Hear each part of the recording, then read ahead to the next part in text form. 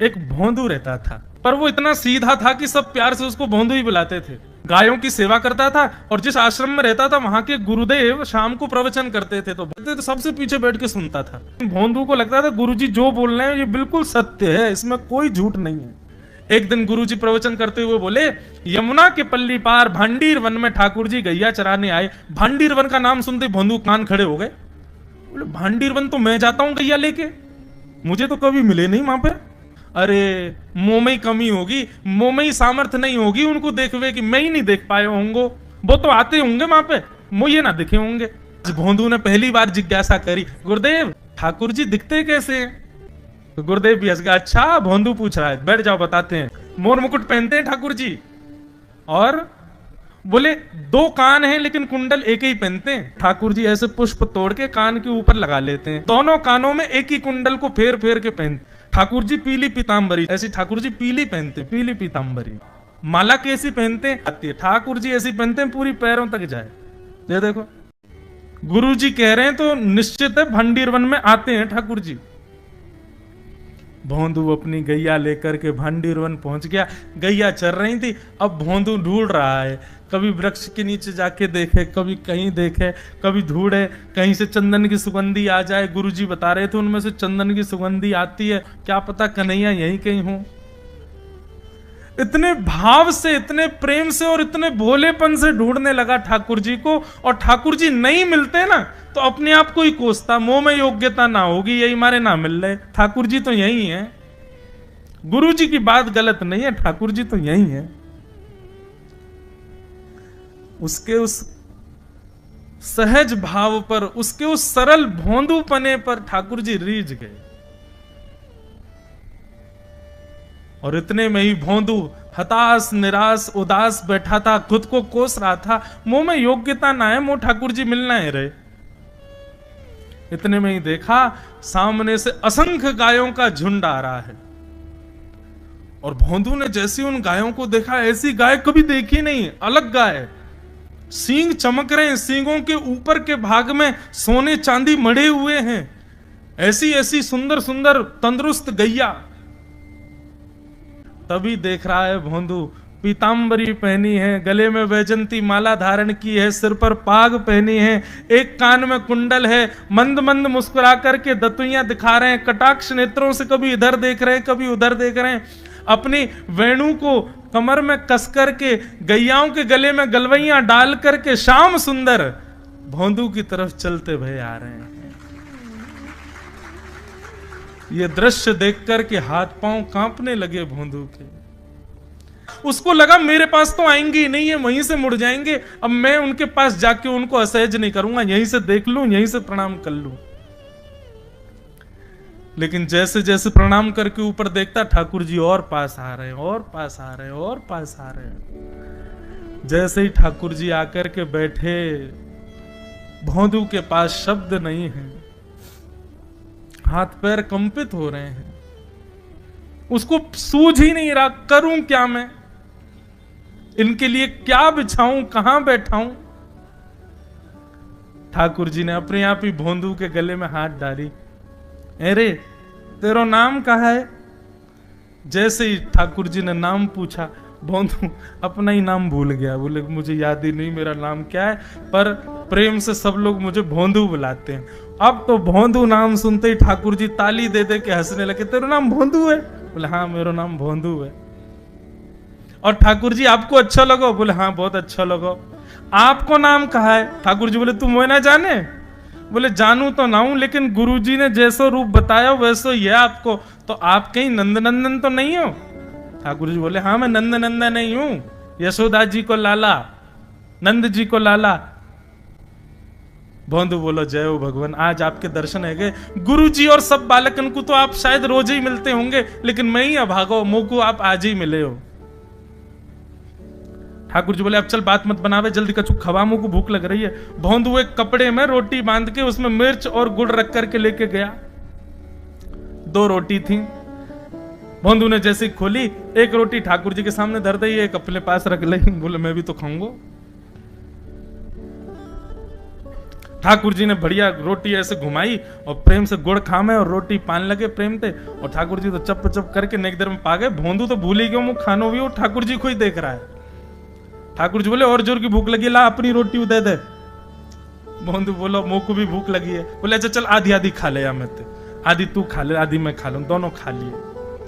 कल तो नेक्स्ट से ज्यादा सी रोटी ले आइयो, भूख ज्यादा लगे, और सुन यही समय आइयो, मिलूंगा कल भी तोते। ठाकुर जी अपने मार्ग पर चले गए। भोंदू इतना प्रसन्न है, बोले आज मुझको ठाकुर जी मिल गए। गुरुदेव के प्रवचन का समय हो गया, भोंदू पीछे जाके बैठ गया, अपने गुरुदेव को प्रणाम करे, इनकी कृपा से ठाकुर जी मिले। उसने किसी को नहीं बताया, उसको लगा सबको ही मिलते हैं भगवान, मुझे ही मिले हैं बहुत दिन बाद। दूसरे दिन भोंदू खूब सारी सामग्री रसोई घर में इकट्ठा करके जाने लगा।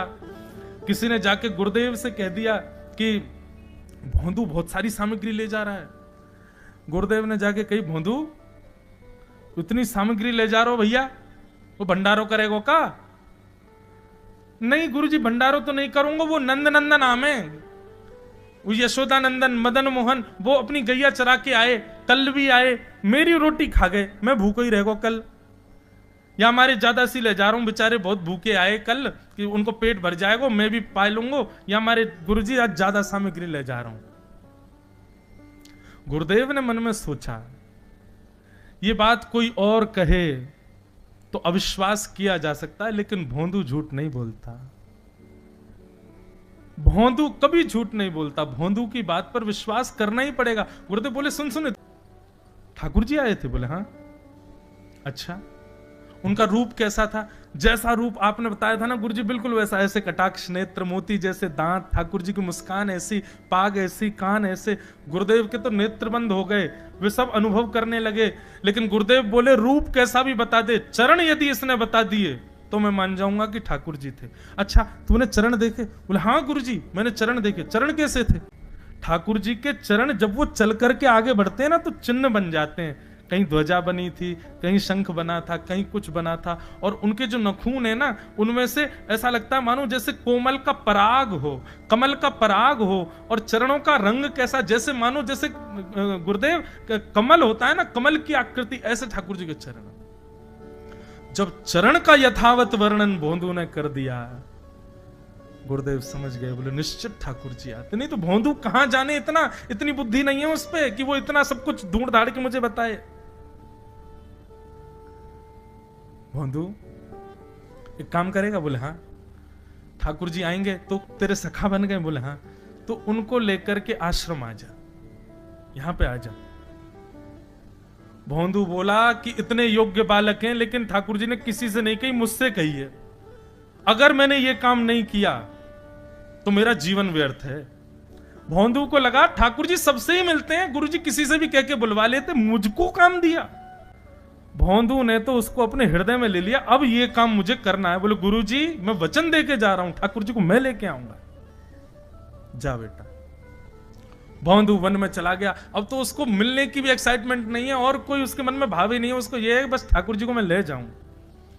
जा करके बैठा, ठाकुर जी अपनी गैया चराते भये, ठाकुर जी आए, रूप देख करके फिर से भावुक हो गया भोंदू। ठाकुर जी आकर के बैठ गए, बोले चल जल्दी निकाल रोटी, भूख लगी है मुंह को। भोंदू सजाता जा रहा है थाली, ठाकुर जी को देता जा रहा है। बोले जय जय एक प्रार्थना करूं? बोले करो। आप मेरे संग मेरे सखाओ ना आप? बोले हाँ तेरो सखाऊं तो मेरी बात मानोगे? बोले कहा आप मेरे संग आश्रम चलो गुरु जी के पास। ठाकुर जी रोटी पाते जा रहे, ठाकुर जी ने अनसुनी कर दी बात। बोले जय जय कछु कहो ना, आप चलोगे ना? ठाकुर जी बोले हम तेरे सखा हैं, तेरे गुरु जी के सखा नहीं है।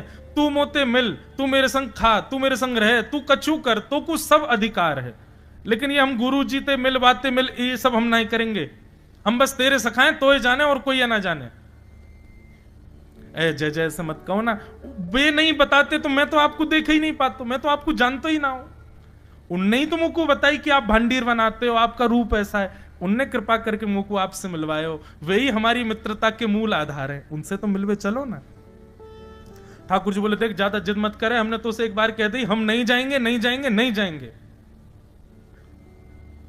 ठाकुर जी रोटी पा रहे थे तो भोंदू ने हाथ से रोटी और छनाई, बोले ये भी दो, ये भी गुरु जी की है, लाओ ये मिर्च गुड़ सब दो, ये सब गुरु जी को, ये भी मत खाओ।